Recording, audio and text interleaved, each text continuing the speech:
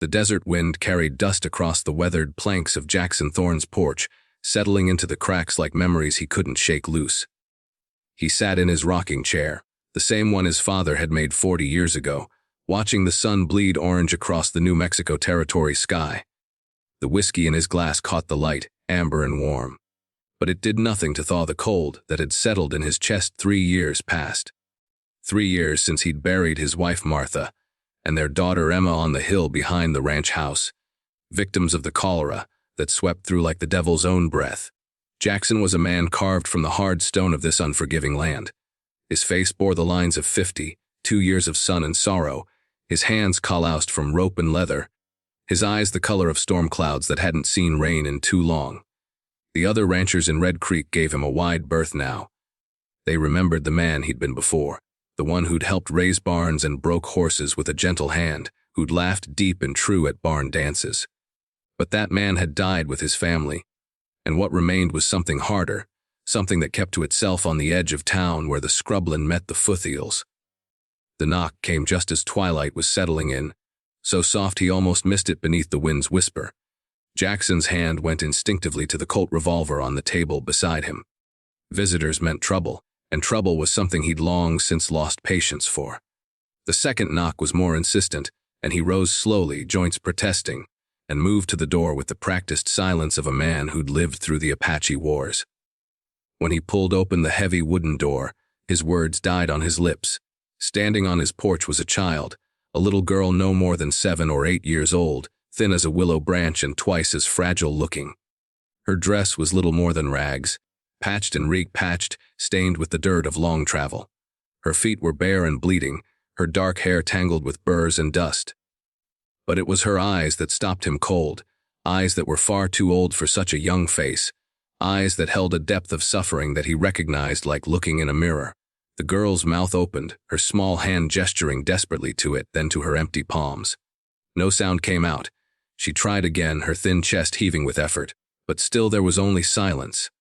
Her eyes filled with tears that she blinked back furiously, too proud or too frightened to let them fall. Then she made a simple gesture, bringing her fingers to her mouth, the universal sign for hunger.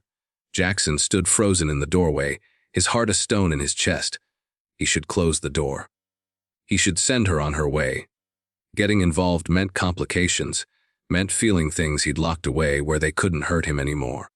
But something in those desperate eyes, something in the way she held herself with such careful dignity, despite her obvious desperation, pierced through the armor he'd built. Without a word, he stepped aside and gestured for her to enter. The girl hesitated, studying him with an assessment that seemed far too wise for her years, then stepped carefully over the threshold. She moved like a wild animal entering a trap, ready to bolt at the first sign of danger. Jackson motioned to the table and watched as she perched on the edge of a chair, her small hands folded in her lap with practiced patience. He moved to the kitchen, his movements mechanical as he sliced thick pieces of bread from the loaf he'd bought in town 2 days prior, spread them with butter and the last of Martha's blackberry preserves. He added a chunk of cheese and some cold beef from supper the night before, then poured a cup of milk from the pitcher in his icebox. When he turned back, the girl was watching him with an intensity that made him uncomfortable, as if she was memorizing every detail of his face, cataloging whether he was a man to be trusted or feared. He set the plate and cup before her and stepped back, giving her space. For a moment, she just stared at the food as if she couldn't quite believe it was real. Then her small hands reached out, trembling, and she took the bread with a reverence that spoke of too many days without such a blessing. But instead of devouring it like he expected, she ate slowly, deliberately, making it last, savoring every bite with the discipline of someone who'd known true hunger. Jackson poured himself another whiskey and sat across from her, studying this strange silent child who'd appeared on his doorstep like some kind of ghost. She was Mexican, he thought, or maybe Apache, or some mix of the two that was common enough in these parts. Her skin was sun-darkened and her features delicate, but there was a strength in the set of her jaw that spoke of survival. When she'd finished eating, she looked up at him and pressed her small hand to her chest, then pointed at him with a questioning expression. He understood she was asking his name. The sound of his own voice surprised him when he spoke. He hadn't had cause to use it in days. "Jackson," he said gruffly. "Jackson Thorne." She nodded solemnly, then pointed at herself, her mouth opened and closed, frustration flickering across her young face as no sound emerged. Instead, she picked up her finger and traced letters in the dust on the table. Sofia, the letters were crude, clearly drawn by someone still learning, but readable. Sophia, he said, and something in his chest cracked just a little at the way her face lit up at hearing her name spoken aloud. Where's your family, girl? Where'd you come from? She looked down at the table, and he saw her small shoulders shake once, hard before she got control of herself. With her finger, she drew shapes in the dust. A box with a cross on top. Then she drew several more, 5 in total. Then she pointed at herself and shook her head. The meaning was clear enough. Her family was dead, all of them, and she was alone. Jackson felt something twist in his gut, a feeling he'd thought long dead. He remembered Emma, his own daughter, the way she used to trace pictures in the flour dust when Martha was baking. The resemblance was coincidental, but it cut him just the same. You got anywhere to go? He asked, though he already knew the answer. Sophia shook her head, her eyes finding his with a directness that was almost challenging. She knew she was taking a chance being here, knew that the world was full of men who would see a helpless child as opportunity rather than responsibility. But desperation had driven her to his door, and now they were both trapped in this moment, deciding what came next. Jackson stood abruptly, the chair scraping against the wooden floor. He walked to the window and stared out at the darkening land, his hands gripping the windowsill until his knuckles went white. He could take her into town tomorrow, leave her at the church. Father Miguel would find a place for her, some family willing to take in another mouth to feed. That was the sensible thing to do. The thing that wouldn't tear open old wounds that had barely begun to scar over. But even as he thought it, he knew he wouldn't do it. Something about this silent child had reached through the walls he'd built, had touched something he'd thought was dead and buried on that hillside with his wife and daughter. He didn't believe in signs or providence anymore, but he couldn't shake the feeling that Sophia had been meant to knock on his door specifically, on this night specifically. He turned back to find her watching him with those ancient eyes, her small body tensed as if ready for rejection. She'd been thrown away by the world already, abandoned by death and circumstance, and she was braced for him to do the same. The realization made something fierce kindle in his chest, something that felt dangerously close to purpose. You can stay, he heard himself say, tonight at least. We'll figure out the rest in the morning. The transformation in her face was subtle but profound. Her shoulders dropped just slightly, the rigid tension easing, and her eyes filled with something that might have been hope tempered by hard-won caution. She nodded once, solemn as a judge, and Jackson felt the weight of responsibility settle over him like a familiar coat. He showed her to Emma's room, the one he'd kept locked for 3 years. Unable to bear the sight of those small dresses hanging in the wardrobe, the rag doll on the bed. Sophia's eyes went wide at the sight of the actual bed with its quilted coverlet, at the wash basin and the small mirror on the dresser.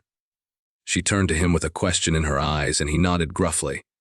It was my daughter's, he said, his voice rough. She don't need it anymore. He left her there and retreated to his own room, but sleep wouldn't come. He lay in the darkness listening to the old house settle around him, remembering the sound of Emma's laughter, Martha's singing as she worked in the kitchen. The memories hurt, but they hurt less than they had in a long while, as if Sophia's presence had somehow reminded him that those people he'd loved had been real, had been worth the pain of losing them. The next morning, Jackson woke to the smell of coffee. He stumbled into the kitchen to find Sophia standing on a chair at the stove, carefully pouring water from the kettle. She'd found Martha's old apron and tied it around herself 3 times, and she looked so small and determined that Jackson felt his throat tighten. She turned at his approach and gave him a tentative smile, pointing proudly at the coffee pot. You made coffee, he said, and she nodded eagerly. He poured himself a cup and took a sip, expecting it to be weak or bitter, but it was actually good, strong, and hot. Where'd you learn that? She mimed, stirring a pot, then pointed at herself and held up fingers. 5 of them. Jackson understood. She'd been cooking since she was 5 years old, helping her mother probably, learning the skills she'd need to survive in this hard land. Over the next few days, a routine established itself almost without Jackson noticing. Sophia was up before dawn, moving quietly through the house, starting the fire, making coffee. She swept the floors and washed the dishes, tended the small vegetable garden that Martha had planted, and that Jackson had been too heartbroken to maintain. She worked with a fierce dedication, as if proving her worth, earning her keep. Jackson found himself talking to her as he worked, even though she couldn't answer back. He'd tell her about the horses, about how to read the weather in the clouds, about the history of the ranch that his father had carved out of the wilderness. She listened with rapt attention, her eyes following his every move, learning and absorbing everything.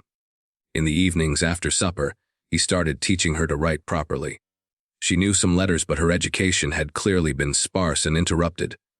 She learned with a hunger that amazed him, practicing for hours by lamplight until her fingers cramped. She'd show him her work with such pride, and he'd find himself praising her progress, feeling something warm bloom in his chest at her obvious delight. The people in Red Creek noticed the change in Jackson. When he rode into town for supplies with Sophia perched in front of him on the saddle, they stared and whispered. Some of the whispers were kind, saying it was good to see old Jackson coming back to life. Others were less charitable, wondering what a solitary man was doing with a strange child, muttering about impropriety and scandal. It was Sarah Chen, who ran the general store, who confronted him directly. She was a widow herself, tough as raw-eyed and twice as practical. "That child needs proper clothes, Jackson Thorne," she said, eyeing Sophia's patched dress with disapproval. "And shoes. Can't have her running around barefoot like a wild thing." Jackson felt heat rise in his face, embarrassed that he hadn't thought of it himself. "I don't know anything about little girls' clothes," he admitted gruffly. Sarah's expression softened. "I reckon you don't. Come on, child." She held out her hand to Sophia, who looked to Jackson for permission. He nodded, and Sophia took Sarah's hand tentatively. "Let's get you fitted proper." An hour later, Sophia emerged in a simple but sturdy dress of blue calico, with proper undergarments, a warm shawl, and good leather shoes. Sarah had even brushed out her hair and plaited it neatly. Sophia's eyes were shining as she looked down at herself, touching the fabric of her new dress with wonder. When she looked up at Jackson, he saw tears on her cheeks, and something in his chest broke open completely. "You look real fine, Sophia," he said roughly, and her smile was like sunrise breaking over the desert. But that night, trouble found them. Jackson woke to the sound of hoofbeats and shouting. He grabbed his rifle and moved to the window to see torches approaching, 5 riders coming hard up the road to his ranch. He recognized them immediately. Cal Brennan and his sons, the meanest bunch of snakes in the territory. Cal ran a spread to the south and had been trying to buy Jackson's water rights for years. With Jackson isolated and alone, Cal had gotten bolder in his methods of persuasion. Jackson checked his rifle and his pistol, then turned to find Sophia standing in the doorway of her room, her eyes wide with fear. She'd seen this before, he realized, seen men with torches and guns, seen violence come calling in the night. Maybe it was how her family had died. "Get back in your room," he said firmly. "Get under the bed and stay there, no matter what you hear. You understand." She nodded but didn't move, her small fists clenched at her sides. She pointed at him, then at the men outside, then made a gesture like something being torn away. She was afraid they'd take him from her, afraid she'd be alone again. "I ain't going anywhere," Jackson said, his voice softer. "But I need to know you're safe. Please, Sophia." She hesitated, then nodded and retreated to her room. Jackson heard the soft sound of her sliding under the bed, and then he went out to face whatever was coming. Cal Brennan sat astride his horse, his 3 sons flanking him, another rider Jackson didn't recognize completing their party. Cal was a big man gone to fat, with cold eyes and a mouth that twisted naturally into a sneer. He held a torch high, casting grotesque shadows across the yard. "Heard you got yourself a little Mexican orphan Thorne," Cal called out. "That true? What business is it of yours?" Jackson kept his rifle casual, but his finger was on the trigger. "I'm thinking maybe she belongs somewhere else. Maybe with folks who can properly care for her. I got a wife at home, daughters. They could teach her proper woman's work." Cal grinned, showing tobacco-stained teeth. "Besides, a man living alone with a child that ain't his. People talk, Thorne. People wonder." Jackson felt rage burn through him, hot and clean. "You threaten my reputation while trespassing on my land in the middle of the night with armed men. That's rich. Cal, why don't you and your boys turn around and ride out while you still can?" "See, that's the thing," Cal said, his voice dropping to something uglier. "I ain't asking. That girl's gonna come with us tonight, and you're gonna sign over them water rights. Way I figure it, a man who'd taken a random child without proper authority, well, that's suspicious." Sheriff might need to investigate. Could take weeks, months even. Be a shame if you wasn't around to work your ranch in the meantime. It was a crude play, but Jackson understood the real threat beneath it. Cal wanted his land and would use Sophia as leverage to get it. And if Jackson didn't comply, Cal and his boys would simply eliminate both problems permanently and claim they'd found an abandoned ranch with no one around. "I told you to leave," Jackson said quietly. "I ain't telling you again." Cal laughed and started to dismount. That's when Sophia appeared on the porch. Jackson's heart stopped. "Sophia, get back inside!" But she didn't move. She stood there in her nightgown, her small bare feet planted on the wooden planks, and she held something in her hands. Martha's old music box. The one that played a tinny version of Greensleeves, When You Wound It Up. Sophia's fingers moved to the mechanism, and the delicate notes filled the night air, seeming impossibly loud in the tension, thick silence. Cal and his sons stared at her, confused. But Jackson understood. Sophia was showing them she was here, she was real, she mattered. She was claiming her place in this home, refusing to be bargained over like property. The music was her voice, the only one she had, ringing out in defiance. "That's real touching," Cal sneered. "But it don't change nothing. Come on, girl." He took a step toward the porch, and that's when Sophia did something extraordinary. She looked directly at Cal, and though no sound came from her mouth, her lips moved, forming words with careful deliberation. Jackson couldn't hear what she was saying, but he could read her lips clear enough. "My pater, my father." Two simple words, but they hit Jackson like a bullet to the chest. She was claiming him, publicly and deliberately, calling him her father in front of witnesses. It was a plea and a declaration all at once, a child's desperate gambit to create a bond that might protect them both. Something inside Jackson shifted fundamentally. For 3 years he'd been a dead man walking, going through the motions of living without purpose or joy. But this silent child had walked into his life and reminded him what it meant to have something worth fighting for, something worth protecting. She'd given him back his humanity, and he wasn't going to fail her. "You heard the girl," Jackson said, his voice like iron. "She's my daughter. That makes her family. And any man who threatens my family answers to me. You want to take her, Cal, you're going to have to go through me. And I promise you, I'll take at least 3 of you with me before I fall." Cal's expression darkened. "You're bluffing. You ain't got it in you anymore, old man?" "Try me?" The standoff stretched, tense as a drawn bowstring. Cal looked at his sons, calculating odds. Jackson was outnumbered, but he had cover on his own porch, and he was known to be quick with a rifle. More importantly, he had the look of a man with nothing to lose, and that made him dangerous in a way Cal's hired courage couldn't match. Then a new voice broke the silence. "Having a party out here and didn't invite me. I'm hurt, Cal." Everyone turned to see Sheriff Tom Mackenzie riding up the road, his deputy beside him. Tom was old cavalry, gray-haired and straight-backed, and he'd been a friend of Jackson's father. His hand rested casual on his sidearm, but his eyes were hard as he surveyed the scene. "Just having a conversation with Thorne here," Cal said, his bluster fading. "Conversation generally don't require 5 armed men and torches," Tom observed dryly. He looked at Jackson. "Everything all right here, Jackson? Cale and his boys were just leaving," Jackson said.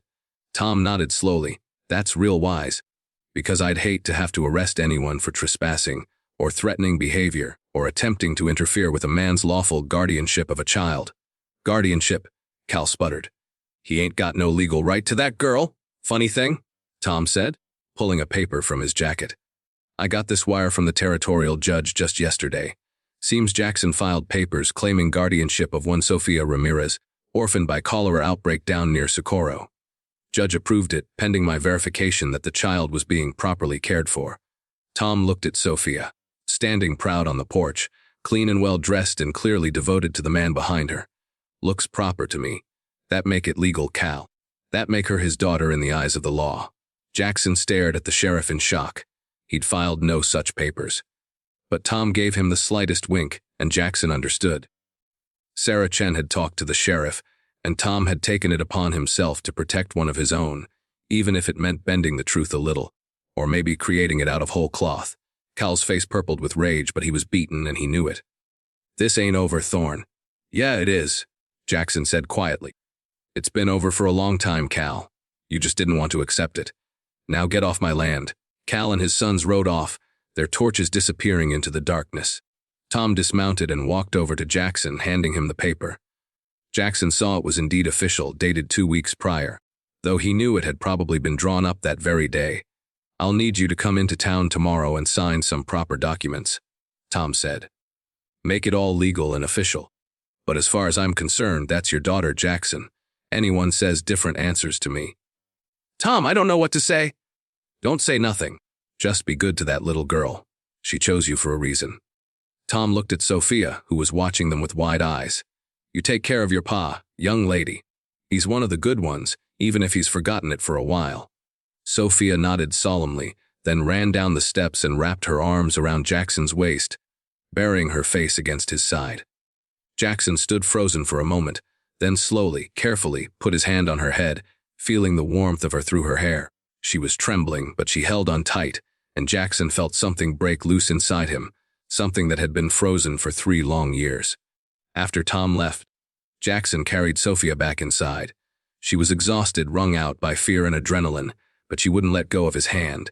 He sat on the edge of her bed, and she looked up at him in the lamplight, her eyes asking a question she couldn't voice. "Yeah," he said softly. "You're my daughter now. Legal and proper. Nobody can take you away." She smiled, then really smiled, and threw her arms around his neck. Jackson held her carefully, feeling how small and fragile she was, how much trust she was placing in him. He thought of Emma, of the daughter he'd lost, and knew that Sophia wasn't a replacement. You couldn't replace people you love, but she was a second chance, an opportunity to be the father he'd been denied the chance to continue being. "Your ma," he said quietly. "My wife Martha, she would have loved you. Our daughter Emma, she would have been about your age now. I think she would have liked having a sister." Sophia pulled back to look at him, and he saw tears on her cheeks. "I can't promise I'll always know what I'm doing. I'm gonna make mistakes. But I promise I'll never give up on you. You're my daughter now, Sophia, and that means something. That means everything." She nodded, then did something that took Jackson completely by surprise. She opened her mouth and, with obvious effort, forced out a sound. It wasn't quite a word, more like a rough syllable, but the shape was clear. It was barely a whisper, rough and unpracticed, but it was a sound. Her voice, silent for so long, breaking through at this crucial moment. Jackson felt tears burning his own eyes, something he hadn't allowed himself since the funeral. "That's right," he said, his voice breaking. "I'm your pa now." The seasons turned after that night. Spring came to the high desert, bringing green to the scrubland and flowers to the valleys. Jackson worked his ranch with new purpose, fixing things he'd let slide, making plans for the future instead of just surviving day to day. Sophia was always nearby, helping where she could, learning everything he could teach her. She started making sounds more often, fighting past whatever injury or trauma had stolen her voice. It never came back fully, her words always soft and hard-won, but she tried. And Jackson learned to understand her just fine, through her expressions and gestures, through the words she wrote in the dirt or on paper, through the music she made on Martha's music box. Sarah Chen and the other women of Red Creek took Sophia under their wing, teaching her things Jackson couldn't. Sewing and preserving, how to manage a household, how to carry herself with dignity. But she always came home to Jackson, always ran to meet him when he came in from the range, always sat with him in the evenings while he taught her to read from Martha's old books. The other ranchers slowly came around. Some never accepted the strange situation. But most recognized that Jackson was caring for the girl proper, and that she'd brought him back from the edge of darkness. Tom Mackenzie made sure the legal papers were all in order, making Sophia's adoption official and binding, and Jackson, who'd thought his heart was buried on that hillside with his family, found it was big enough to hold new love alongside the old. On the first anniversary of the night Sophia had knocked on his door, Jackson took her up to the hill where Martha and Emma were buried. Sophia had never asked, but he knew she'd wondered about the 2 crosses beneath the cottonwood tree. They stood in the shade, and Jackson told her about his wife and daughter, about the happiness they'd shared and the grief that had nearly destroyed him. "I thought I was done," he said, looking out at the land that had been in his family for 3 generations. "Thought I'd just work this ranch until it was my turn to lie down here. But then you came along, small and scared and needing somebody, and you gave me something I didn't know I needed, a reason to keep going." Sophia took his hand and squeezed it, then pointed at the graves and at herself, a question in her eyes. "Would they have loved you?" Jackson smiled. "Yeah, they would have. Martha had enough love for the whole territory, and Emma always wanted a sister. You'd have driven each other crazy, probably, the way sisters do. He paused, his throat tight. I think maybe they sent you to me in a way. Knew I was drowning and needed somebody to save. So yeah, you're part of this family, always will be. Sophia leaned against him, and they stood together in comfortable silence, the wind rustling through the cottonwood leaves like whispered blessings. Then Sophia did something Jackson had never seen her do. She opened her mouth and sang. It wasn't loud, wasn't perfect, the notes rough and uncertain, but it was recognizable. Greensleeves, the song from the music box. The song she'd played on the night she claimed him as her father. Jackson listened to his daughter's voice rising in the afternoon air, carrying over the land that would one day be hers, and he felt something like peace settle over him for the first time in years. Life in the territory was hard, unforgiving, full of sorrow and loss, but it also held moments of grace, of redemption, of broken people finding each other in the darkness and choosing to hold on. Sophia's song ended, and she looked up at him, her eyes asking if she'd done well. Jackson knelt down so they were eye to eye, and he pulled her into a fierce hug. Perfect, he whispered. That was just perfect, my girl. And standing on that hilltop with his daughter in his arms, Jackson Thorne knew that he'd been given the rarest of gifts, a second chance at living, delivered by the small, silent knock of a desperate child on a stranger's door. He'd opened that door expecting nothing, wanting nothing, but what had walked through had changed everything. Sophia had given him back his life, and he'd given her a home and a name. They'd both been lost, both alone, both certain their stories were over. But they'd been wrong. Their story was just beginning, written in the dust of the desert, and the determination of two souls who refused to give up on each other. And that was a story worth telling, worth living, worth fighting for every single day. The sun set over the territory, painting the sky in shades of gold and crimson, and Jackson and Sophia walked back down the hill together, hand in hand, heading home to the ranch house where lamplight glowed warm in the windows, where supper waited and tomorrow promised new challenges and small joys. They were family now, by choice and by love, bound by something stronger than blood, the decision to keep going, to keep trying, to keep believing that even in the harshest land, hope could take root and grow.